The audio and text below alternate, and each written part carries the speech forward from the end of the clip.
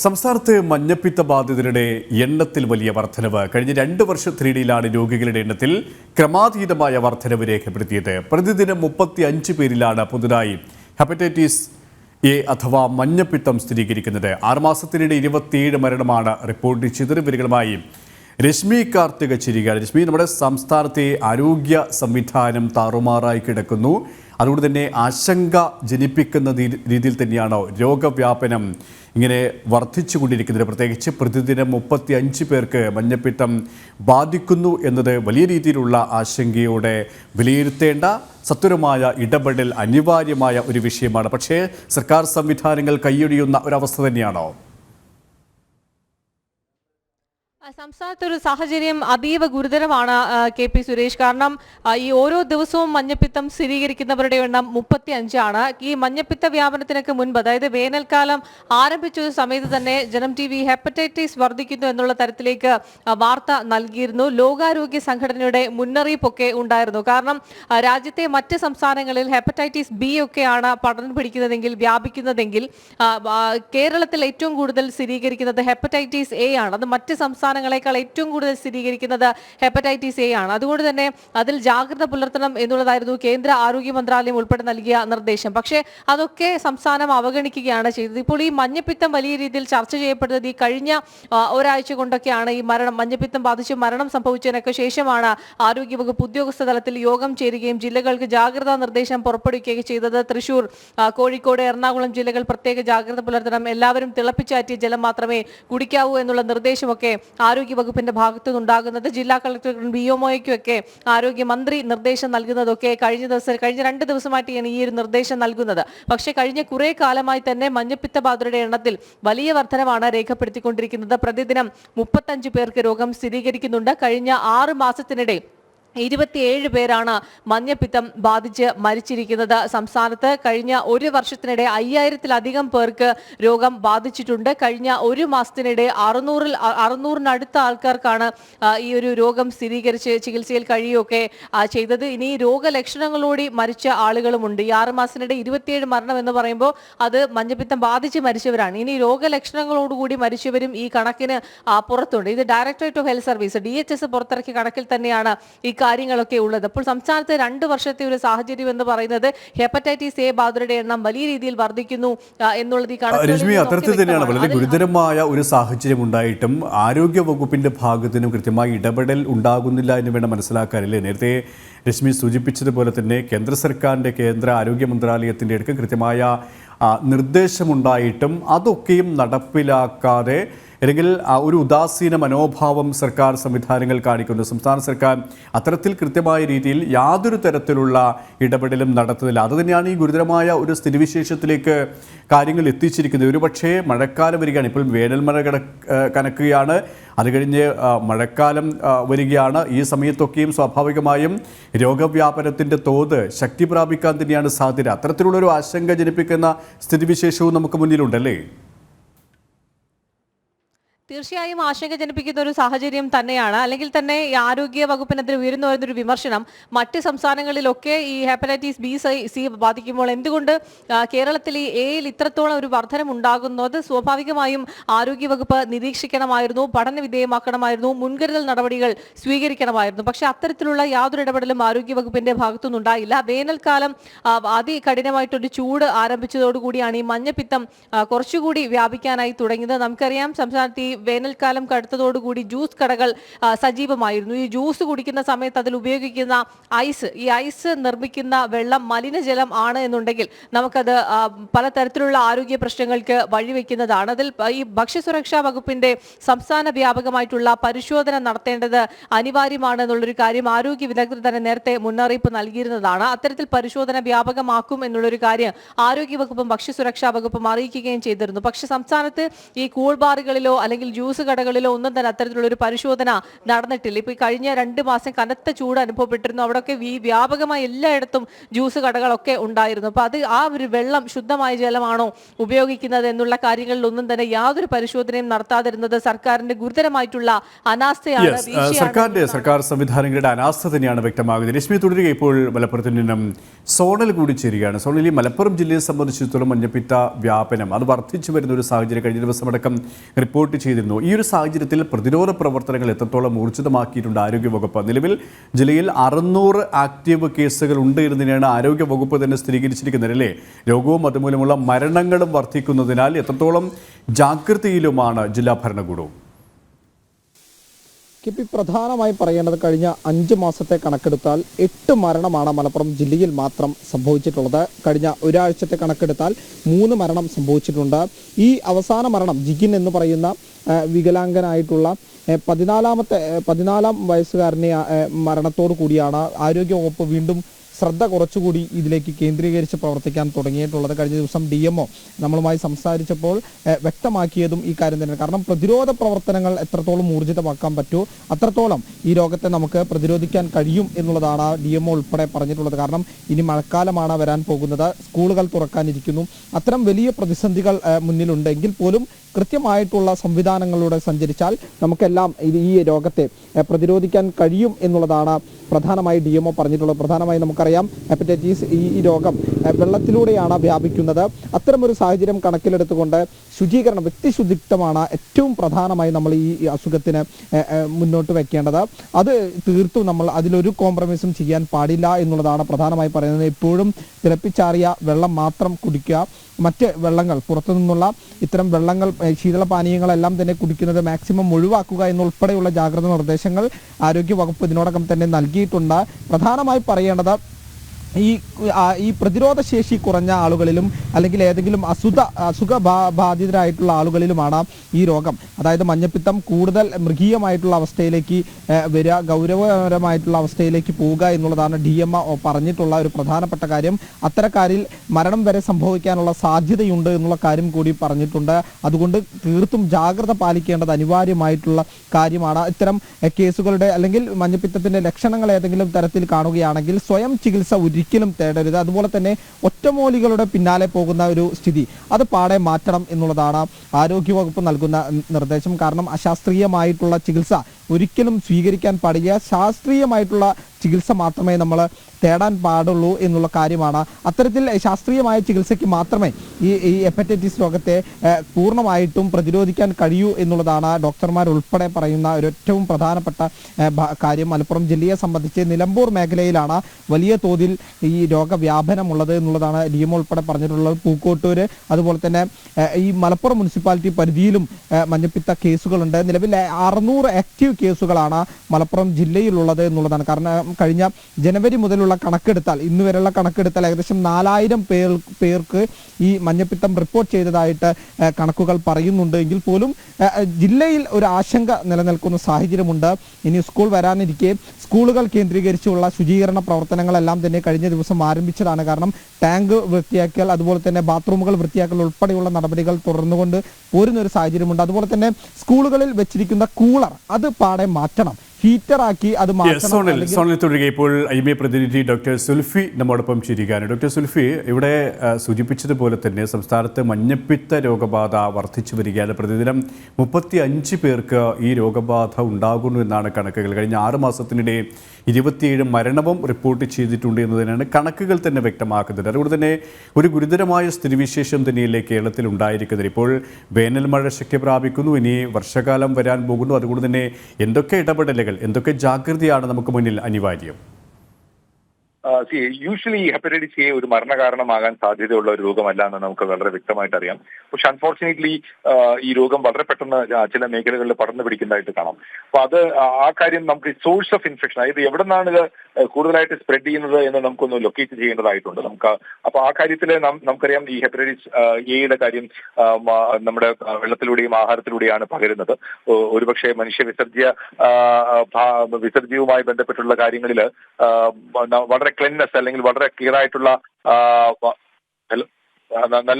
നല്ല ശുചിത്വം പാലിക്കാതിരിക്കുന്ന അവസ്ഥയിൽ അതിലുള്ള മനുഷ്യ വിസർജ്യത്തിലുള്ള ഹെപ്പറ്റൈറ്റിസ് എ വൈറസ് ശരീരത്തിനുള്ളിൽ പ്രവേശിക്കുകയും വെള്ളത്തിലൂടെയോ ആഹാരത്തിലൂടെയോ പലപ്പോഴും വെള്ളത്തിലൂടെയാണ് ഉള്ളിൽ പ്രവേശിക്കുകയും ഹെപ്പറ്റൈറ്റിസ് എ ഉണ്ടാക്കുകയും ചെയ്യുകയാണ്. അപ്പൊ ഇതിന് പ്രധാനമായും നാം ചെയ്യേണ്ടത് ഈ അൺഹെൽത്തി ആയിട്ട് നാം ഉപയോഗിക്കുന്ന വെള്ളത്തിന്റെ സ്രോതസ്സുകൾ, അതിപ്പോ കുക്കിങ്ങിലാകാം, ഐസ് ക്യൂബുകളിലാകാം, അല്ലെങ്കിൽ ശീതളപാനീയങ്ങളിലാകാം, മറ്റ് ആഹാര സാധനങ്ങളിലാകാം. അത്തരം ആഹാര സാധനങ്ങളും മറ്റു കാര്യങ്ങളൊക്കെ യൂസ് ചെയ്യുന്നത് വളരെ ഹൈജീനിക് ആയിട്ട് എല്ലാ സോഴ്സുകളും പ്രത്യേകിച്ച് മഞ്ഞപ്പിത്തം പടർന്നു പിടിക്കുന്ന ഭാഗങ്ങളിലുള്ള ആൾക്കാർ എല്ലാവരും തന്നെയും ഒരു പേഴ്സണൽ ഹൈജീനിൽ പ്രത്യേക ഒരു അറ്റൻഷൻ കാത്തു സൂക്ഷിക്കേണ്ടതായിട്ടുണ്ട്.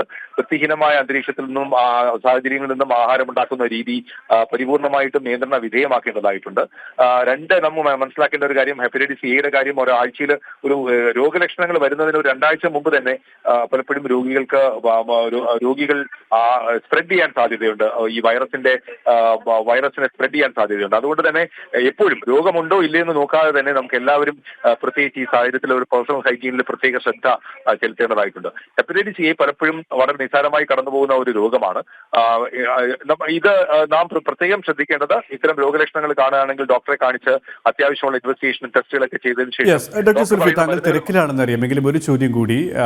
ഇവിടെ ഈ വ്യക്തി ശുചിത്വത്തെ കുറിച്ച് താങ്കൾ പറയുകയുണ്ടായി. അത്തരത്തിലുള്ള ഒരു സാമൂഹിക അവബോധം വേണം, വ്യക്തി ശുചിത്വം വേണം, രോഗങ്ങൾ തടയാൻ ഏറ്റവും വലിയ കരുതൽ അത് തന്നെയാണ്. ഒപ്പം നമ്മുടെ സർക്കാർ സംവിധാനങ്ങൾ, ആരോഗ്യവകുപ്പിന്റെ ഭാഗത്ത് കൃത്യമായൊരു ഇടപെടൽ നടത്തേണ്ടതില്ലേ? പ്രത്യേകിച്ച് പലപ്പോഴും ഇപ്പോൾ ഏറ്റവും ഒടുവിൽ ലഭ്യമാകുന്ന വിവരങ്ങളനുസരിച്ച് തദ്ദേശ സ്വയംഭരണ സ്ഥാപനങ്ങൾക്ക് ആരോഗ്യവകുപ്പിൻ്റെയും സർക്കാർ ധനവകുപ്പ് പണം അനുവദിച്ചിട്ടില്ല. ഈ ശുചീകരണ പ്രവർത്തനങ്ങൾക്ക് അല്ലെങ്കിൽ മുൻകരുതൽ നടപടികൾക്ക് യാതൊരു തരത്തിലുള്ള ഫണ്ടും അനുവദിച്ചിട്ടില്ല എന്നതാണ്. അവിടെയും ശ്രദ്ധ പുലർത്തേണ്ടതല്ലേ സർക്കാരും? തീർച്ചയായിട്ടും എല്ലാ സംവിധാനങ്ങളും ഈ കാര്യത്തിൽ ചെയ്യേണ്ട കാര്യങ്ങൾ ചെയ്യുന്ന തരത്തിലുള്ള നടപടികൾ സ്വീകരിച്ച് മുന്നോട്ട് പോകേണ്ടതായിട്ടുണ്ട്. മറ്റൊരു കാര്യം കൂടെ ഉള്ളത്, മഴക്കാല പൂർവ്വ ശുചീകരണത്തിലേക്കുള്ള ഒരു സമയമാണ്. അപ്പോൾ അതിലും കൂടുതൽ ശ്രദ്ധ ചെലുത്തുക എന്നുള്ളത് പ്രാധാന്യം അറിയിക്കുന്നു. യെസ്, വളരെയധികം നന്ദി ഡോക്ടർ സുൽഫി, ഈ ഒരു സമയം ഞങ്ങളോട് സഹകരിച്ചതിന്. വീണ്ടും രശ്മിയിലേക്ക്. രശ്മി, ഇവിടെ ഡോക്ടർ സുൽഫി പറഞ്ഞതുപോലെ തന്നെയാണ്, ഈ സർക്കാർ സംവിധാനങ്ങൾ കൂടി കൃത്യമായി ഇടപെടൽ നടത്തണം. നമ്മൾ ഓരോരുത്തരും, സമൂഹം വളരെ ജാഗ്രത പാലിക്കണം, അവബോധം ഉള്ളവരായി മാറണം. പക്ഷേ അതിനൊരു പരിമിതിയുണ്ട്. കാരണം രോഗവ്യാപനം തടയാൻ സർക്കാർ സംവിധാനങ്ങൾ തന്നെ കൃത്യമായി ഇടപെടൽ നടത്തേണ്ടതുണ്ട്. പക്ഷേ അത്തരത്തിലുള്ള ഒരു ഇടപെടൽ സർക്കാരിൻ്റെ ഭാഗത്തിന് ഉണ്ടാകുന്നില്ല. നേരത്തെ പറഞ്ഞതുപോലെ തന്നെ തദ്ദേശ സ്വയംഭരണ സ്ഥാപനങ്ങൾക്ക് നിർദ്ദേശം നൽകുന്നതല്ലാതെ പണം നൽകുന്നില്ല. പണം ലഭ്യമാകാതെ എങ്ങനെ ഇത് പ്രാവർത്തികമാക്കുമെന്നുള്ള ചോദ്യം തന്നെയാണ് തദ്ദേശ സ്വയംഭരണ സ്ഥാപനങ്ങളുമായി ബന്ധപ്പെട്ടവർ ചോദിക്കുന്നതും. അതുകൊണ്ട് തന്നെ കൃത്യമായ രീതിയിൽ ഇനിയെങ്കിലും സർക്കാരിൻ്റെ ആ രീതിയിലുള്ള ഇടപെടലും അനിവാര്യമാണല്ലേ? ഈ മഴക്കാലം ഇനിയിപ്പോ അത് വളരെ പെട്ടെന്ന് തന്നെ മഴക്കാലം സംസ്ഥാനത്ത് സജീവമാവും. ഈ മഴക്കാലത്തിന് മുന്നോടിയായി തന്നെ സംസ്ഥാനത്ത് മഴക്കാല പൂർവ്വ ശുചീകരണ പ്രവർത്തനങ്ങളിൽ കൃത്യമായി ഏർപ്പെടുത്തേണ്ടതുണ്ട്. ഇത് തദ്ദേശ സ്ഥാപനങ്ങളുടെ ചുമതലയാണ്, കൊതുക് നശീകരണ പ്രവർത്തനങ്ങളൊക്കെ കാര്യക്ഷമമാക്കുക എന്നുള്ളത്. പക്ഷേ തദ്ദേശ സ്ഥാപനങ്ങൾക്ക് പണം അനുവദിക്കാത്തതാണ് ഈ ഒരു പ്രതിസന്ധിയായി നിലനിൽക്കുന്നത് എന്നുള്ളതാണ് ഉദ്യോഗസ്ഥർ തന്നെ വ്യക്തമാക്കുന്ന ഒരു കാര്യം. ഈ ധനവകുപ്പിനോട് പണം ആവശ്യപ്പെടുന്ന സമയത്ത് കൃത്യമായി പണം അനുവദിക്കുന്നില്ല. ആരോഗ്യവകുപ്പ് ഡയറക്ടർ തന്നെ പലതവണ കത്ത് നൽകിയിട്ടും ധനവകുപ്പ് പണം അനുവദിച്ചിട്ടില്ല. ഈ കേവലം കൊതുക് നശിപ്പിക്കുന്നതിനായിട്ടുള്ള ആ ഒരു ഉപകരണം നമുക്കറിയാം. ആ ഉപകരണങ്ങൾ പലയിടങ്ങളിലും കേടായി കിടക്കുന്ന സാഹചര്യമുണ്ട്. അത് മാറ്റി പുതിയതൊന്നും വാങ്ങാൻ പോലും പണമില്ലാത്ത തരത്തിലേക്ക് എത്തിയിരിക്കുന്നു എന്നുള്ളതാണ് തദ്ദേശ സ്ഥാപനങ്ങളിലെ ഉദ്യോഗസ്ഥർ തന്നെ പറയുന്ന ഒരു കാര്യം. അത്രത്തോളം പ്രതിസന്ധിയാണ് സംസ്ഥാനം നേരിടുന്നത്. സാമ്പത്തിക പ്രതിസന്ധി രൂക്ഷമാണ്. ഇത്തരത്തിലുള്ള ഇടപെടലുകളാണ് ആരോഗ്യ മേഖലയെ പൂർണ്ണമായും താറുമാറിലാക്കുന്നത് എന്നുള്ളതാണ് ഉയരുന്ന വിമർശനം. ഈ മഞ്ഞപ്പിത്ത വ്യാപനത്തിന്റെ കാര്യത്തിൽ പോലും ഈ പരിശോധനകളൊക്കെ കൃത്യമായി തന്നെ വ്യാപകമാക്കിയിരുന്നെങ്കിൽ ഒരുപക്ഷെ ഒരു പരിധിവരെ ഇത് നിയന്ത്രിക്കാൻ കഴിയുമായിരുന്നു. നേരത്തെ തന്നെ കേന്ദ്രവും ലോകാരോഗ്യ സംഘടനയും ഒക്കെ തന്നെ മുന്നറിയിപ്പ് നൽകിയിരുന്നതാണ്. അതിനെയൊക്കെ തന്നെ അവഗണിക്കുന്നു. കാരണം കുറേ കാലങ്ങളായി ഈ ഒരു രോഗവ്യാപനത്തിൽ വലിയ വർധനവ് രേഖപ്പെടുത്തുന്നുണ്ട്. അതിനെയൊന്നും തന്നെ എന്തുകൊണ്ടാണ് ഹെപ്പറ്റൈറ്റിസ് എ ഇത്രത്തോളം വ്യാപിക്കുന്നത് എന്നുള്ള കൃത്യമായ പഠനത്തിലേക്കോ മുൻകരുതലിലേക്കോ ഒന്നും തന്നെ ആരോഗ്യവകുപ്പ് കടന്നിരുന്നില്ല എന്നുള്ളതാണ് ഉയരുന്ന ഒരു വിമർശനം. ഈ അടുത്തിടയ്ക്ക് ഈ ഒരു മരണം സംഭവിക്കുകയും ചില പ്രത്യേക സ്ഥലങ്ങളിൽ മാത്രം ഈ വ്യാപനം ഉണ്ടാവുകയും കൂടുതൽ വ്യാപനം ഉണ്ടാവുകയും ചെയ്ത സമയത്താണ് ആരോഗ്യവകുപ്പ് യോഗം വിളിച്ചു ചേർത്തതിന്റെ സോഴ്സ് എവിടെ നിന്നാണ് എന്നുള്ളത് കൃത്യമായി തന്നെ കണ്ടെത്തേണ്ടിയിരിക്കുന്നു. അതോടൊപ്പം തന്നെ സംസ്ഥാനത്ത് എല്ലാ ഹോട്ടലുകളിലും ഇത്തരം ശീതളപാനീയങ്ങൾ വിതരണം ചെയ്യുന്നിടങ്ങളിലും ഭക്ഷ്യസുരക്ഷാ വകുപ്പ് കൃത്യമായിട്ടുള്ള പരിശോധന നടത്തണം. ശുദ്ധജലത്തിന്റെ ലഭ്യത ഉറപ്പുവരുത്തണം. ഇത്തരം നടപടികളിലേക്ക് വളരെ വേഗം തന്നെ കടക്കേണ്ടതുണ്ട്. പക്ഷേ ഇത് നിർദ്ദേശങ്ങളിൽ മാത്രം ഒതുങ്ങുന്നു എന്നുള്ളതാണ് ഒരു വസ്തുതയെ നമ്മൾ മനസ്സിലാക്കേണ്ടത്. രശ്മിയിലേക്ക് എത്തിയപ്പോൾ ഡോക്ടർ അജിത് ഭാസ്കർ നമ്മോടൊപ്പം ശരിയാണ്. ഡോക്ടർ അജിത് ഭാസ്കർ, കേരളത്തെ സംബന്ധിച്ചിടത്തോളം വലിയ രീതിയിലുള്ള ആശങ്കപ്പെടുത്തുന്ന ഒരു സ്ഥിതിവിശേഷത്തിലേക്കാണ് നമ്മുടെ പല രോഗങ്ങളുടെയും വ്യാപനം പോകുന്നത്. ഏറ്റവും ഒടുവിൽ ഈ മഞ്ഞപ്പിത്തം ബാധിച്ച് 27 പേർ കഴിഞ്ഞ 6 മാസത്തിനിടെ മരിച്ചു എന്നുള്ള റിപ്പോർട്ട് വരുന്നു. പ്രതിദിനം 35 പേർക്ക് രോഗം ബാധിച്ചു കഴിഞ്ഞു എന്നുള്ള റിപ്പോർട്ട് വരുന്നു. പ്രത്യേകിച്ച് മലപ്പുറത്തായാലും കോഴിക്കോടായാലും ഡെങ്കിപ്പനി അടക്കം ഉള്ള നിരവധി രോഗങ്ങളാണ് നാൾക്ക് നാൾ വർദ്ധിച്ചു വരുന്നത്. ഈ ഒരു സാഹചര്യത്തിൽ വ്യക്തി ശുചിത്വം, പരിസര ശുചിത്വം കൃത്യമായി പാലിക്കണം എന്ന കാര്യം ഉറപ്പാണ്. അതുമായി ബന്ധപ്പെട്ട കൃത്യമായ രീതിയിലുള്ള അവബോധം സമൂഹത്തിന് ഉണ്ടാകേണ്ടതുമാണ്. അതിലുപരിയായിട്ട് നമ്മുടെ സർക്കാർ സംവിധാനങ്ങൾ, ആരോഗ്യവകുപ്പ്, അവരുടെ ഇടപെടൽ ഇപ്പോൾ കാര്യക്ഷമമാണ് എന്ന് താങ്കൾ കരുതുന്നുണ്ടോ? നോക്കൂ, ഇപ്പോൾ നമ്മൾ പറഞ്ഞുകൊണ്ടിരിക്കുന്നത് ഈ മഞ്ഞപ്പിത്തം എന്ന് പറഞ്ഞ ഒരു വൈറസ് തന്നെയാണ്.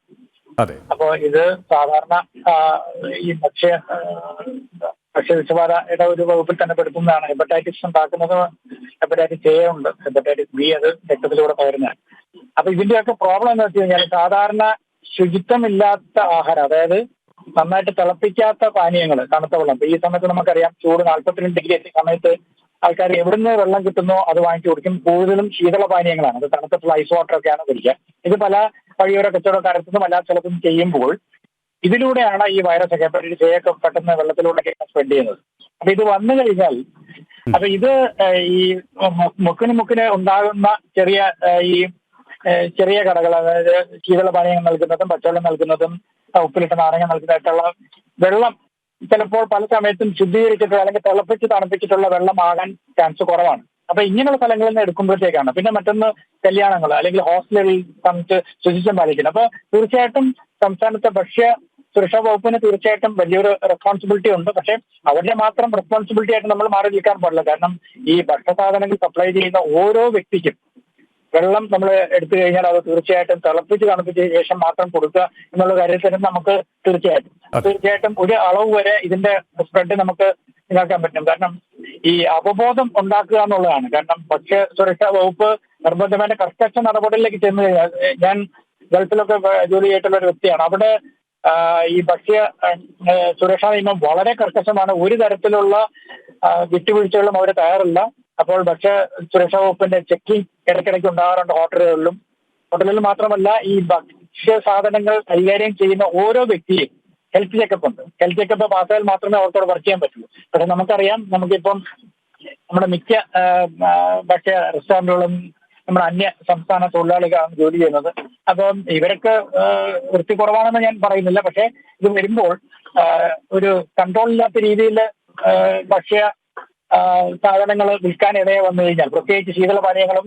അതായത് ശ്രീ അജിത് ഭാസ്കർ, താങ്കൾ പറഞ്ഞതൊരു യാഥാർത്ഥ്യം തന്നെയാണ്. കാരണം ഇന്ന് നമ്മുടെ ഏത് ഹോട്ടലുകൾ പോയി കഴിഞ്ഞാലും, കോൾബാറുകളിൽ പോയി കഴിഞ്ഞാലും, എവിടെ പോയി കഴിഞ്ഞാലും ബംഗാളികൾ എന്ന് നമ്മൾ പൊതുവെ വിളിക്കുന്ന ഈ ബംഗാളികളായെങ്കിലും ഉത്തരേന്ത്യക്കാരായെങ്കിലും അവരാണ് അധികമുള്ളത് ഈ ജോലിയുമായി ബന്ധപ്പെട്ട്. അവരുടെ ഒരു ശുചിത്വ ബോധം പലപ്പോഴും നമ്മൾ മലയാളികളെ പോലെ അല്ല എന്നുള്ള കാര്യവും നമുക്കറിയാം. അത്തരത്തിലുള്ള ഒരു കാര്യങ്ങൾ നമ്മൾ അത്യധികം ശ്രദ്ധിക്കേണ്ടതുണ്ട്, ഈ പ്രത്യേകിച്ച് ഈ വ്യാധികളൊക്കെയും ഇങ്ങനെ പടർന്നു പിടിക്കുന്ന ഒരു സാഹചര്യത്തിൽ, അല്ലേ? തീർച്ചയായിട്ടും. അത് നമ്മുടെ ഹോട്ടൽ ഉടമകൾ പ്രത്യേകിച്ച്, അതായത് ഭക്ഷ്യ സാധനങ്ങൾ കൈകാര്യം ചെയ്യുന്ന ഓരോ ഹോട്ടൽ ഉടമ, അത് മലയാളികളാണെങ്കിലും അല്ലെങ്കിലും, അവര് ഈ ഓരോ ആൾക്കാർ ജോലിക്ക് എടുക്കുമ്പോൾ, പ്രത്യേകിച്ച് അവർ ഭക്ഷണം പാചകം ചെയ്യാൻ എടുക്കുമ്പോഴത്തേക്ക് അവർക്ക് തീർച്ചയായിട്ടും ഫുഡ് ലൈസൻസ്, അതായത് നമ്മുടെ ഭക്ഷ്യ സുരക്ഷാ വകുപ്പിന്റെ കർക്കശമായ നിയന്ത്രണങ്ങൾക്ക് വിധേയമായിട്ട് അവർക്ക് ലൈസൻസ് എടുത്തതിന് ശേഷം മാത്രമാണ് ഇവരെ ജോലിക്ക് വെക്കാൻ പാടുന്ന ഒരു നിയമം ഉണ്ടെന്നുള്ളതാണ് എന്റെ അറിവ്. പക്ഷെ അത് എത്രത്തോളം പാലിക്കുന്നു എന്നുള്ള അറിയില്ല. കാരണം ആളെ കിട്ടാത്തപ്പോഴത്തേക്ക് പെട്ടെന്ന് ഒരു കുക്കിനെ കിട്ടുമ്പോഴത്തേക്ക് അടുത്ത ആളെ വെക്കുക. അപ്പൊ അവർക്ക് ലൈസൻസ് പുതുക്കുന്നുണ്ടോ, അവരെ ശുചിത്വം പാലിക്കുന്നുണ്ടോ? പ്രത്യേകിച്ച് ഹെപ്പറ്റൈറ്റിസ്, ഒരു ടൈഫോയിഡ് മേരി എന്നുള്ള കാര്യം ഓരോ മെഡിക്കൽ വിദ്യാർത്ഥികൾക്കും അറിയുന്നതാണ്.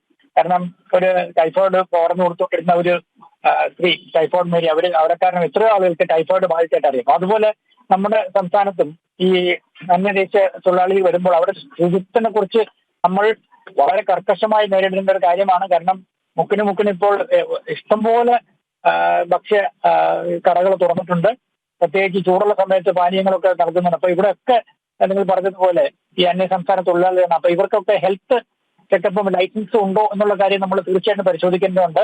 അത് പരിശോധിക്കുന്നത് കൊണ്ട് ഒരാളുടെ ജോലി നഷ്ടപ്പെടുന്നില്ല. പക്ഷെ മറ്റുള്ള ആൾക്കാരുടെ ഈ ഭക്ഷ്യ വിഷബാധ ഏറ്റ് മറ്റുള്ളവർ മരിക്കുന്നതിനെക്കാട്ടും നല്ലതാണ് ഒരു ആരോഗ്യമില്ലാത്ത അല്ലെങ്കിൽ പകർച്ചവ്യാധികളുള്ള ഒരാളെ ഒരു ജോലിയിൽ നിന്ന് തടയിടുന്നത് അത് തീർച്ചയായിട്ടും നമ്മുടെ സംസ്ഥാനത്തിലുള്ള ഓരോ ആൾക്കാർക്കും നല്ലതായിരിക്കും എന്നുള്ളതാണ് എന്റെ അഭിപ്രായം. യെസ്, വളരെയധികം നന്ദി ഡോക്ടർ അജിത് ഭാസ്കർ ഈ ഒരു സമയം ഞങ്ങളോട് സഹകരിച്ചതിന്. വീണ്ടും സോണിൽ ഡോക്ടർ അജിത് ഭാസ്കർ പറഞ്ഞതുപോലെ തന്നെ ഈ വ്യക്തി ശുചിത്വവും പരിസര ശുചിത്വവും ഉറപ്പായും പാലിക്കേണ്ടതാണ്. അതോടൊപ്പം തന്നെ സാമൂഹികമായ ഒരു അവബോധമുണ്ടാകണം. ഭക്ഷ്യസുരക്ഷാ വകുപ്പിൻ്റെയും ആരോഗ്യ സംവിധാനങ്ങളുടെയും കൃത്യമായ ഇടപെടലും ഉണ്ടാകണം. ഇതെല്ലാം ഒരുപോലെ നീങ്ങിയാൽ മാത്രമേ നമ്മുടെ ആരോഗ്യ സംവിധാനങ്ങൾ ആ രീതിയിൽ ആശങ്കപ്പെടാൻ കഴിയാത്ത ഒരു സാഹചര്യത്തിലേക്ക് എത്തും. പക്ഷേ അതുണ്ടാകുന്നില്ല എന്നതാണ് വാസ്തവം. ഇപ്പോൾ അല്പസമയം മുമ്പ് സോണിൽ പറഞ്ഞതുപോലെ തന്നെ മലപ്പുറം DMO ഇത്തരത്തിലുള്ള ജാഗ്രത നൽകിയിട്ടുണ്ട്, മുൻകരുതൽ നടപടികൾ സ്വീകരിക്കുന്നുണ്ട് എന്ന് പറയുമ്പോഴും അത്രത്തോളം കാര്യക്ഷമമാണോ ഇത്തരത്തിലുള്ള ഈ ഇടപെടലുകൾ എന്നത് വളരെ ഗുരുതരമായി ഒരു വീഴ്ചയായിട്ട് കാണേണ്ടതില്ലേ? പ്രത്യേകിച്ച് മലപ്പുറത്തായാലും കോഴിക്കോടായാലും സംസ്ഥാനത്തിൻ്റെ മറ്റ് ജില്ലകളിലായാലും തദ്ദേശ സ്വയംഭരണ സ്ഥാപനങ്ങൾക്ക് ഫണ്ട് അനുവദിക്കാത്തൊരു കാര്യം, അത് എത്രത്തോളം പ്രായോഗികമായി ഈ മുൻകരുതൽ നടപടികൾ സ്വീകരിക്കുന്നതിലും പ്രതിരോധ നടപടികൾ സ്വീകരിക്കുന്നതിലും വീഴ്ചയ്ക്ക് കാരണമാകുന്നുണ്ട്? ഇപ്പോൾ പ്രധാനമായും മലബാറിലെ ഒരു കൾച്ചർ എടുക്കുകയാണെങ്കിൽ സ്ട്രീറ്റ് ഫുഡിന് ഏറെ പ്രാധാന്യം നൽകുന്ന ഒരു ഇടമാണ് ഈ മലബാർ പ്രദേശങ്ങളെല്ലാം തന്നെ. ഇത് ഏറ്റവും കൂടുതൽ വ്യാപനം ഉണ്ടാകാൻ സാധ്യതയുള്ളതും ഇത്തരം സ്ഥലങ്ങളിലാണ്. കാരണം എത്രത്തോളം ശുചിത്വം ഇവർ പാലിക്കുന്നുണ്ട് എന്നുള്ള കാര്യത്തിൽ ഇപ്പോഴും ഒരു വ്യക്തതയില്ല. കൃത്യമായ പരിശോധന നടക്കുന്നില്ല എന്നതുൾപ്പെടെ നമ്മൾ കാണുന്നതാണ്. പലതരത്തിലുള്ള വാർത്തകൾ ഇതിനോടകം തന്നെ പുറത്തു വന്നതാണ്. അത്തരത്തിൽ കൃത്യമായ ഒരു പരിശോധനാ രീതി ഉണ്ടാക്കുകയാണെങ്കിൽ പലരും ആ ശുചിത്വം കീപ്പ് ചെയ്ത് പോകുന്ന ഒരു സാഹചര്യം ഉണ്ടാവും. എന്നാൽ അത് മലപ്പുറം ജില്ലയെ സംബന്ധിച്ച് മലബാറിനെ സംബന്ധിച്ച് അത്തരം ഒരു രീതി വല്ലപ്പോഴും എന്തെങ്കിലും സംഭവിക്കുമ്പോഴോ അല്ലെങ്കിൽ ഒരു മരണം സംഭവിക്കുമ്പോഴോ ഉണ്ടാകുന്നുള്ളൂ എന്നുള്ളത് മാത്രമാണ് ഇതിലേറ്റവും പ്രധാനപ്പെട്ട ഒരു കാര്യം. അത് തുടർച്ചയായിട്ട് ഫോളോ അപ്പ് ചെയ്യാൻ ഈ സർക്കാർ സംവിധാനങ്ങൾക്ക് കഴിയുന്നില്ല എന്നുള്ളത് ഏറ്റവും പോരായ്മയായി നമുക്ക് നോക്കിക്കാണേണ്ടതാണ്. മറ്റൊന്ന് ഫണ്ട് അനുവദിക്കാത്ത ഒരു വിഷയം, അത് ഏറ്റവും പ്രധാനപ്പെട്ട ഒരു വിഷയം. കാരണം ഉദ്യോഗസ്ഥ തലത്തിൽ പറയുന്ന ഒരു പ്രധാനപ്പെട്ട ആശങ്കയാണ് ഇത്തരത്തിൽ ഫണ്ട് ലഭിക്കാതെ തങ്ങൾ എങ്ങനെ കാര്യങ്ങൾ ചെയ്യും എന്നുള്ളൊരു ചോദ്യം പലരും ചോദിക്കുന്ന ഒരു സാഹചര്യമുണ്ട്. അതും ഏറ്റവും ദയനീയമായിട്ടുള്ളൊരവസ്ഥയാണ്. കാരണം ഇത്തരം അസുഖങ്ങൾ പടർന്നു പിടിക്കുക അല്ലെങ്കിൽ ഇപ്പോൾ പടരുന്ന ഈ ഒരു ഹെപ്പറ്റൈറ്റിസ് കാറ്റഗറി C ഉൾപ്പെടെയുള്ള പ്രധാനമായും രോഗികളിൽ, അതായത് ഏതെങ്കിലും കരളിനോ അല്ലെങ്കിൽ വൃക്കയ്ക്കോ ഇതുമായി ബന്ധപ്പെട്ട രോഗങ്ങളൊക്കെ ഉള്ള ആളുകളിൽ അത് ഗുരുതരമാവാനുള്ള സാധ്യതയുണ്ട്. മരണനിരക്ക് ഈ കാറ്റഗറിയിൽ കുറവാണെങ്കിൽ പോലും അസുഖബാധിതരായിട്ടുള്ള ആളുകളിൽ മരണമുണ്ടാകാൻ വരെ അല്ലെങ്കിൽ മരണത്തിലേക്ക് എത്തിക്കാൻ വരെ സാധ്യതയുള്ള ഒരു അസുഖമാണ്. അതുകൊണ്ട് തന്നെ അത്തരം ആളുകളുടെ വീടാന്തരം കയറി ആശാ വർക്കർമാർ പോലുള്ള ആളുകൾക്ക് കൃത്യമായി നിർദ്ദേശം നൽകി ബോധവൽക്കരണം നൽകേണ്ട അനിവാര്യത അത് ഏറ്റവും പ്രധാനപ്പെട്ട കാര്യമാണ്. കാരണം സാധാരണക്കാർക്ക് ഇതുമായി ബന്ധപ്പെട്ട് കൃത്യമായ ഒരു അവബോധം ഉണ്ടാകില്ല. അത് കൃത്യമായി അവരിൽ ഉണ്ടാക്കേണ്ടത് സർക്കാർ സംവിധാനങ്ങളുടെ ഒരു ചുമതലയാണ്. അതിന് കൃത്യമായിട്ടുള്ളൊരു വ്യവസ്ഥയിലൂടെ കാര്യങ്ങൾ അറേഞ്ച് ചെയ്തിട്ടുണ്ടെങ്കിൽ പോലും അത് എത്രത്തോളം നടക്കുന്നുണ്ട് എന്നുള്ള കാര്യത്തിൽ ഇപ്പോഴും ഒരു സ്ഥിരീകരണമില്ല എന്നുള്ളതാണ് കഴിഞ്ഞ ദിവസം നമ്മൾ DMOയുമായി സംസാരിച്ചപ്പോഴും അറിയാൻ സാധിച്ചത്. കാരണം താഴെത്തട്ടിൽ ആ പ്രവർത്തനങ്ങൾ എത്രത്തോളം സജീവമായി നടക്കുന്നുണ്ട് എന്നുള്ളതൊരു ചോദ്യമാണ്. കാരണം ആശാ വർക്കർമാർ ഉൾപ്പെടെ കൗൺസിലർമാർ ഉൾപ്പെടെ ഇത്തരം കാര്യങ്ങളിൽ ഒരു കൃത്യമായിട്ടുള്ള ഒരു ഉത്തരവാദിത്വം ഏറ്റെടുത്ത് പ്രവർത്തിക്കേണ്ട സാഹചര്യം കൂടിയാണ് മലപ്പുറം ജില്ലയെ സംബന്ധിച്ച് ഉള്ളത്. കാരണം സ്ഥിരം മരണനിരക്കുകൾ വർദ്ധിക്കുന്ന ഒരു സാഹചര്യമുണ്ട് എന്നുള്ളതും ഏറ്റവും പ്രധാനപ്പെട്ട കാര്യമാണ്. കഴിഞ്ഞ ദിവസം ആ 14 വയസ്സുകാരൻ്റെ മരണമെല്ലാം തന്നെ ഏറ്റവും വേദനാജനകമായിട്ടുള്ള കാര്യമാണ്. കാരണം ആ കുട്ടിയുടെ അച്ഛനും സഹോദരനും ഉൾപ്പെടെ ചികിത്സയിലിരിക്കെയാണ് ആ കുട്ടി മരിക്കുന്ന ഒരു സാഹചര്യം ഉണ്ടായത്. എന്തായാലും വളരെ വിഷമം നിറഞ്ഞ ഓരോ മരണവും ജില്ലയിൽ സംഭവിക്കുമ്പോൾ വളരെ വിഷമത്തോടു കൂടിയാണ് ജനങ്ങൾ അല്ലെങ്കിൽ ആശങ്കയോട് കൂടിയാണ് ജനങ്ങൾ മുന്നോട്ട് വരുന്നത് എന്നുള്ളതാണ് ഏറ്റവും പ്രധാനപ്പെട്ട ഒരു കാര്യം. കാരണം ഇനി മഴക്കാലമാണ്, വേനൽ മഴ എത്തിത്തുടങ്ങി, അടുത്തതൊരു മഴക്കാലമാണ്, സ്കൂൾ തുറക്കാനിരിക്കുന്നു എന്നുള്ളതൊക്കെ ആശങ്ക ഉളവാക്കുന്ന കാര്യമാണ്. എന്നാൽ കൃത്യമായിട്ടുള്ള ഒരു സംവിധാനത്തിലൂടെ ഇത് പോവുകയാണെങ്കിൽ കൃത്യമായി ഈ രോഗത്തെ പ്രതിരോധിക്കാൻ കഴിയും എന്നുള്ളത് നമുക്ക് ഉറപ്പുണ്ട്. നമ്മൾ ഇത്തരത്തിൽ പ്രതിരോധിച്ച് അല്ലെങ്കിൽ ഇത്തരത്തിൽ പല അസുഖങ്ങളെയും അതിജീവിച്ച് വന്ന ഒരു സമൂഹമാണെങ്കിലും പോലും കൃത്യമായിട്ടൊരു സംവിധാനം വേണം, അല്ലെങ്കിൽ സംവിധാനത്തിലൂടെ കാര്യങ്ങൾ നടക്കുന്നുണ്ടോ എന്ന് നിരീക്ഷിക്കാൻ ഒരു സംവിധാനം വേണം എന്നുള്ളതാണ് ഏറ്റവും പ്രധാനപ്പെട്ട ഒരു കാര്യം. എത്രത്തോളം കഴിഞ്ഞ ദിവസം നമ്മൾ ചാലിയാർ പ്രദേശത്തെല്ലാം പോയതാണ്, എത്രത്തോളം സുരക്ഷ അല്ലെങ്കിൽ ഭക്ഷ്യ സുരക്ഷ നടത്തുന്നുണ്ട് അല്ലെങ്കിൽ നിരീക്ഷിക്കുന്നുണ്ട് എന്നുള്ള കാര്യത്തിൽ ഒരു സ്ഥിരീകരണവും ഇല്ലാത്ത ഒരു സാഹചര്യമാണുള്ളത്. ജനങ്ങൾ എപ്പോഴും ഇത്തരത്തിൽ കനത്ത ചൂടാണ്. മലപ്പുറം ജില്ലയെ സംബന്ധിച്ച് നമുക്ക് അറിയാം, മലയോര പ്രദേശങ്ങളിലെല്ലാം തന്നെ പകൽ കനത്ത ചൂട് അനുഭവിക്കുന്ന ഒരു സാഹചര്യമുണ്ട്. അപ്പോൾ വഴിയാത്രക്കാരും സാധാരണക്കാരും ആശ്രയിക്കുന്ന ഇത്തരം ശീതളപാനീയങ്ങളും മറ്റുമാണ്. അവിടെ എത്രത്തോളം സുരക്ഷ ഉണ്ട് എന്നുള്ള കാര്യത്തിൽ ഇപ്പോഴും ഒരു സ്ഥിരീകരണവുമില്ല. അത് എത്രത്തോളം നിരീക്ഷണത്തിൽ അല്ലെങ്കിൽ ഇതൊക്കെ എത്രത്തോളം പരിശോധിക്കുന്നുണ്ട് എന്നുള്ള കാര്യത്തിൽ പോലും ആരോഗ്യ വകുപ്പിനോ ഇതുമായി ബന്ധപ്പെട്ട ഉദ്യോഗസ്ഥർക്കോ ഒരു സ്ഥിരീകരണവുമില്ല. അല്ലെങ്കിൽ അത്തരത്തിൽ പ്രാവർത്തികമാണോ എന്നുള്ളത് പോലും അവർ ചെയ്യുന്നില്ല എന്നുള്ളതാണ് ഏറ്റവും പ്രധാനപ്പെട്ട ഒരു കാര്യം. എന്തായാലും ഉദ്യോഗസ്ഥ തലത്തിലും ഇതിനെ ഒരു ഗൗരവമായി എടുത്തുകൊണ്ട് കൃത്യമായിട്ടുള്ള സംവിധാനങ്ങളിലൂടെ പോകണം എന്ന് മാത്രമാണ് മലപ്പുറം ജില്ലയെ സംബന്ധിച്ച് പറയാനുള്ളത്. 5 മാസത്തെ കണക്കെടുത്താൽ 8 മരണമാണ് ജില്ലയിൽ മാത്രം സംഭവിച്ചിട്ടുള്ളത്. ഏറ്റവും വേദനാജനകമായിട്ടുള്ള കാര്യമാണ്. അതുകൊണ്ട് തന്നെ കൃത്യമായിട്ടുള്ള നടപടികൾ സ്വീകരിക്കണം. മറ്റൊന്ന്, ആശുപത്രികളിൽ എത്തുമ്പോൾ വേണ്ട LFT പോലുള്ള പല ടെസ്റ്റുകൾക്കും പുറത്ത് പ്രൈവറ്റ് ലാബുകളിൽ പോയി ചെയ്യേണ്ട ഒരു സ്ഥിതിയുണ്ട്. നമുക്കറിയാം ഏറ്റവും കൂടുതൽ ഈ അസുഖം കരളിനെ ബാധിക്കുന്ന ഒരു സ്ഥിതിയാണുള്ളത്. അത്തരത്തിൽ ബാധിച്ചിട്ടുണ്ടോ എന്നറിയാൻ വേണ്ടിയുള്ള ടെസ്റ്റുകളെല്ലാം തന്നെ വലിയ ഭീമമായ തുകയ്ക്ക് പുറത്തു പോയി ടെസ്റ്റ് ചെയ്യേണ്ട ഒരു സ്ഥിതി കൂടി നമ്മളെ സംബന്ധിച്ചുണ്ടാകുന്നുണ്ട്, രോഗികളെ സംബന്ധിച്ചുണ്ടാകുന്നുണ്ട്. അത് ഏറ്റവും ദയനീയമായിട്ടുള്ള അവസ്ഥയാണ്. കാരണം സർക്കാർ ആശുപത്രികളിൽ ഇത്തരം സംവിധാനങ്ങൾ കൂടി ഏർപ്പെടുത്തേണ്ട ഒരു സാഹചര്യമുണ്ട്. അത് പലപ്പോഴും ഉണ്ടാവാത്ത സാഹചര്യമുണ്ട്. നമുക്കറിയാം ജില്ലാ ആശുപത്രിയിലായിക്കോട്ടെ മറ്റ് താലൂക്ക് ആശുപത്രികളിലൊക്കെ ഇത്തരം ഒരു സംവിധാനം കൂടി കൃത്യമായിട്ട് കൊണ്ടുവന്നാൽ അതൊരു പരിധിവരെ സാധാരണക്കാർക്ക് രോഗികൾക്ക് ഒരു ഗുണം ചെയ്യും എന്നുള്ളതാണ് ഏറ്റവും പ്രധാനപ്പെട്ട. മറ്റത് ഈ റെഫർ ചെയ്യുന്നുണ്ടെങ്കിലും മറ്റ് പ്രൈവറ്റ് ലാബുകളിൽ പോയി ടെസ്റ്റ് ചെയ്യേണ്ട സ്ഥിതി വരുമ്പോൾ വലിയ ഭീമമായിട്ടുള്ള തുക അവർക്ക് ചെലവഴിക്കേണ്ട ഒരു സ്ഥിതി വരുന്നുണ്ട് എന്നുള്ളതും ഏറ്റവും പ്രധാനപ്പെട്ട കാര്യമാണ്. അതിനുകൂടി ഡോക്ടർ ബെന്നി നമ്മളൊപ്പം ചിരിക്കാനും. ഡോക്ടർ, ഇവിടെ നമ്മൾ ചർച്ച ചെയ്യുന്നത് പോലെ തന്നെ വളരെ ഗുരുതരമായ ഒരു സ്ഥിതിവിശേഷം എന്ന് വേണമെങ്കിൽ നമുക്ക് പറയാൻ സാധിക്കും. കാരണം പ്രതിദിനം 35 പേർക്ക് മഞ്ഞപ്പിത്തം ബാധിക്കുന്നു. കഴിഞ്ഞ 6 മാസത്തിനിടെ 27 മരണം റിപ്പോർട്ട് ചെയ്തു. പ്രത്യേകിച്ച് കോഴിക്കോട്, മലപ്പുറം ഭാഗങ്ങളിലൊക്കെ ഈ രോഗവ്യാപനം വർദ്ധിച്ചു വരികയാണ്. ഈ ഒരു സാഹചര്യത്തിൽ നമ്മുടെ സർക്കാർ സംവിധാനങ്ങൾ, പ്രത്യേകിച്ച് ആരോഗ്യ വകുപ്പായാലും ഭക്ഷ്യസുരക്ഷാ വകുപ്പായാലും എന്തൊക്കെ കൃത്യമായ രീതിയിൽ അതിവേഗത്തിലുള്ള ഇടപെടൽ വേണമെന്നാണ് ഒരു ആരോഗ്യ പ്രവർത്തകൻ എന്ന രീതിയിൽ, ഡോക്ടർ എന്ന രീതിയിൽ താങ്കളുടെ ഒരു നിരീക്ഷണം? ഒപ്പം വ്യക്തി ശുചിത്വവും പരിസര ശുചിത്വവും എത്രത്തോളം പ്രാധാന്യവുമാണ്? തീർച്ചയായും നമുക്കറിയാം ഇപ്പോഴുള്ള ഔട്ട്ബ്രേക്ക് എന്ന് പറയുന്നത് വൈറൽ ഹെപ്പറ്റൈറ്റിസ് ആണ്. നമുക്ക് വൈറൽ ഹെപ്പറ്റൈറ്റിസ് തന്നെ പലതരത്തിലുണ്ട്. ഒന്ന് ഹെപ്പറ്റൈറ്റിസ് A ഉണ്ട്, B ഉണ്ട്, C ഉണ്ട്. അതിൽ പ്രത്യേകിച്ചും ഹെപ്പറ്റൈറ്റിസ് A സംബന്ധിച്ചിടത്തോളം അത് സ്പ്രെഡ് ചെയ്യുന്ന മെത്തേഡ് എന്ന് പറയുന്നത് ഫീക്കോ ഓറലാണ്. ഫീക്കോ ഓറൽ എന്ന് വെച്ച് കഴിഞ്ഞാൽ നമ്മൾ ഏറ്റവും കൂടുതൽ കണ്ടാമിനേറ്റഡ് ആയിട്ടുള്ള ഫുഡെന്നോ ബെവറേജസ് എന്നോ ആണ് ഏറ്റവും കൂടുതൽ, അല്ലെങ്കിൽ വെള്ളത്തിലൂടെയാണ് അത് ഏറ്റവും കൂടുതലായിട്ട് സ്പ്രെഡ് ചെയ്യുന്നത്. അതുകൊണ്ട് തന്നെ നമുക്ക് പ്രത്യേകിച്ചും ഈ വെള്ളത്തിന് ക്ഷാമമുള്ള സമയങ്ങളിലും അതേ കണക്ക് ഇന്റർമീഡിയന്റ് ആയിട്ടുള്ള ഈ മഴ പെയ്യുകയോ ഇടയ്ക്കിടെയുള്ള മഴ പെയ്ത്തും എല്ലാം ആണ് ഏറ്റവും കൂടുതൽ ഈ വെള്ളം ക്ലിയർ ആയിട്ട് അല്ലെങ്കിൽ വൃത്തിഹീനമായിട്ടുള്ള ഉപയോഗത്തിലോട്ട് നയിക്കുന്നത്.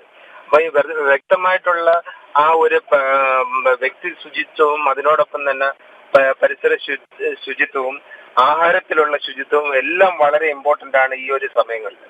പ്രത്യേകിച്ചും ഈ വേനൽക്കാലം കഴിഞ്ഞ് ഇടയ്ക്കിടയ്ക്ക് ഒരു മഴയൊക്കെ പെയ്യുന്ന ഒരു സാഹചര്യം ഉണ്ടാകുമ്പോഴത്തേക്ക് അത് ഈ ആഹാരങ്ങൾ ശുചിത്വമായിട്ട് കൊടുക്കുന്നതിനും അങ്ങനെയുള്ളതിനും എല്ലാം അതിനൊരു തടസ്സം ഉണ്ടാകുന്ന ഒരു സാഹചര്യമാണ്.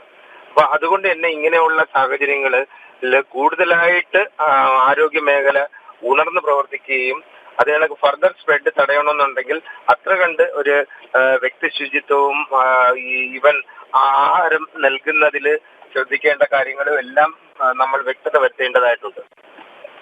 യെസ്, നന്ദി ശ്രീ ബെന്നി. ഒരു സമയത്ത് ഞങ്ങളുടെ സഹകരിച്ചതിന് വീണ്ടും രശ്മിയിലേക്ക്. രശ്മി, ഇവിടെ പറഞ്ഞതുപോലെ തന്നെയാണ് ഈ പരിസര ശുചിത്വം, വ്യക്തി ശുചിത്വം സ്വാഭാവികമായും ഈ രോഗവ്യാപനം വർദ്ധിക്കുമ്പോൾ നമ്മൾ അത്തരത്തിലുള്ള ഒരു ജാഗ്രത പാലിക്കേണ്ടത് അത്യാവശ്യം തന്നെയാണ്. പക്ഷേ അതിലുപരിയായിട്ട് ഞാൻ നേരത്തെ പറഞ്ഞതുപോലെ തന്നെ നമ്മൾ ചർച്ച ചെയ്തതുപോലെ തന്നെ രോഗം വ്യാപിക്കുന്ന ഘട്ടത്തിൽ ഇടപെടൽ നടത്തേണ്ടത് ആരോഗ്യ സംവിധാനങ്ങൾ തന്നെയാണ്, ആരോഗ്യ വകുപ്പ് തന്നെയാണ്. അതിൻ്റെ ഒരു വീഴ്ച തന്നെയാണ് ഇപ്പോൾ പ്രകടമാകുന്നത്. അത് നേരത്തെ രശ്മിയും സോണലും പറഞ്ഞതുപോലെ തന്നെ ഈ വേനൽക്കാല മഴ, ആ ഒരു ഘട്ടത്തിൽ ചൂടും മഴയും ഒക്കെ ഇടകലരുന്ന ഘട്ടത്തിൽ സ്വാഭാവികമായും മറ്റു ചില രോഗങ്ങൾ കൂടി സ്വാഭാവികമായും ഉയർന്നു വരാൻ സാധ്യതയുണ്ട്. വർഷകാലത്തേക്ക് എത്തുമ്പോൾ അതുമായി ബന്ധപ്പെട്ട രോഗത്തിൻ്റെ വ്യാപനങ്ങൾ ഉണ്ടാകുന്നുണ്ട്. അതുകൊണ്ട് തന്നെ ഇനിയും സർക്കാർ സംവിധാനങ്ങൾ ഇങ്ങനെ മുഖം തിരിഞ്ഞു നിന്നാൽ വളരെ ഗുരുതരമായ പ്രത്യാഘാതമായിരിക്കും നമുക്ക് അനുഭവിക്കേണ്ടി വരിക, നേരിടേണ്ടി വരിക, അല്ലേ? തീർച്ചയായും വലിയ പ്രത്യാഘാതം നേരിടേണ്ടി വരും. സുരേഷ് സൂചിപ്പിച്ചതുപോലെ തന്നെ ഹെപ്പറ്റൈറ്റിസ് എ മഞ്ഞപ്പിത്തത്തിന് പുറമെ മറ്റു രോഗങ്ങളും സംസ്ഥാനത്ത് വ്യാപകമായി റിപ്പോർട്ട് ചെയ്യപ്പെടുകയാണ്. അത് വൈറൽ പനി വ്യാപകമാകുന്നുണ്ട്. ആശുപത്രിയിലൊക്കെ ചികിത്സ തേടി എത്തുന്നവരുടെ എണ്ണത്തിൽ പ്രതിദിനം തന്നെ എത്തുന്നത് 7000-ഓളം പേരാണ്. ഇത് സർക്കാർ ആശുപത്രികളിലെ മാത്രം കണക്കാണ്. സ്വകാര്യ ആശുപത്രികളിലെ കണക്ക് കൂടി എത്തുമ്പോൾ കണക്ക് ഇനിയും ഉയരും. അതോടൊപ്പം തന്നെ മരണം സംഭവിക്കുന്നുണ്ട്. ഇതൊന്നും തന്നെ വലിയ രീതിയിൽ അതിനെ ഗൗരവത്തോടു കൂടി ആരോഗ്യവകുപ്പ് കാണുന്നില്ല എന്നുള്ളതാണ് ഉയരുന്ന ഒരു വിമർശനം. ഇനി മഴക്കാലം വലിയ രീതിയിൽ സജീവമാകുമ്പോൾ ഇത് കടുത്ത വേനലിന് ശേഷം ഉണ്ടാകുന്ന മഴയും അതേ രീതിയിൽ തന്നെ ശക്തമാകാനാണ് സാധ്യത. അതുകൊണ്ട് തന്നെ വ്യാപകമായി ഇത്തരത്തിൽ രോഗങ്ങൾ വ്യാപിക്കും. അതും പ്രത്യേകിച്ചും എലിപ്പനി ഉൾപ്പെടെയുള്ള രോഗങ്ങൾ, ഈ ഡെങ്കിപ്പനി ഉൾപ്പെടെയുള്ള രോഗങ്ങൾ, അതും നിലവിൽ തന്നെ ഡെങ്കിപ്പനി ബാധിക്കുന്നവരുടെ എണ്ണവും ഈ ഹെപ്പറ്റൈറ്റിസ് എക്ക് സമാനമായി ഡെങ്കി ബാധിതരുടെ എണ്ണവും മരണവും വലിയ രീതിയിൽ വർദ്ധിക്കുന്നുണ്ട്. അപ്പോൾ ഈ മഴക്കാലം കൂടുതൽ സജീവമാകുന്നതോടുകൂടി അത്തരത്തിലുള്ള രോഗങ്ങളും വലിയ രീതിയിൽ വ്യാപിക്കും എന്നുള്ള ഒരു മുന്നറിയിപ്പാണ് ആരോഗ്യ വിദഗ്ധർ ഉൾപ്പെടെ നൽകുന്നത്. പക്ഷെ അത് ഗൗരവമായി തന്നെ ആരോഗ്യവകുപ്പ് കാണുന്നില്ല എന്നുള്ളതാണ് ഉയരുന്ന ഒരു വിമർശനം. ഈ മുന്നൊരുക്ക നടപടികളൊക്കെ തന്നെ ആശുപത്രികളിൽ ഈ ആവശ്യമായിട്ടുള്ള സംവിധാനങ്ങളൊക്കെ ഈ മഴക്കാലത്തിന് മുന്നോടിയായി ഒരുക്കേണ്ടതുണ്ട്. അതായത് കൊതുക് നിവാരണ പ്രവർത്തനങ്ങൾക്ക് പുറമെ ആശുപത്രികളിൽ ചില സംവിധാനങ്ങൾ ഒരുക്കണം. കിടക്കുകളുടെ ലഭ്യത ഉറപ്പുവരുത്തണം. ആരോഗ്യ പ്രവർത്തകരുടെ അംഗബലം അത് സംബന്ധിച്ചൊരു ഉറപ്പുവരുത്തേണ്ടതുണ്ട്. മരുന്നുകളുടെ ലഭ്യത ഉറപ്പുവരുത്തേണ്ടതുണ്ട്. ഇത്തരത്തിലുള്ള കാര്യങ്ങളൊക്കെ തന്നെ ഈ മെഡിക്കൽ കോളേജുകളിൽ ഉൾപ്പെടെ അത്തരത്തിലുള്ള കാര്യങ്ങൾ മുൻകരുതലായി സ്വീകരിക്കേണ്ടതുണ്ട്. പക്ഷേ ആശുപത്രികളിലൊക്കെ മരുന്ന് ക്ഷാമം ഉൾപ്പെടെ ഇപ്പോഴും നിലനിൽക്കുന്നുണ്ട് എന്നുള്ളതാണ് യാഥാർത്ഥ്യം. പാരസിറ്റാമോളിന് പോലും മരുന്ന് ക്ഷാമം നിലനിൽക്കുന്നുണ്ട്. അത് കൂടുതൽ സ്റ്റോക്കുള്ള ഇടങ്ങളിൽ നിന്നും കുറവുള്ള ആശുപത്രികളിലേക്ക് എത്തിച്ചൊരു താൽക്കാലിക പരിഹാരം മാത്രമാണ് ഇപ്പോൾ നിലവിൽ കണ്ടുകൊണ്ടിരിക്കുന്നത്. അത്തരത്തിലുള്ളൊരു പ്രതിസന്ധി ഇല്ല എന്നുള്ളതാണ് ആരോഗ്യമന്ത്രി അവകാശപ്പെടുന്നത്. എങ്കിൽ പോലും മരുന്ന് കമ്പനികൾക്ക് കോടികളുടെ കുടിശ്ശിക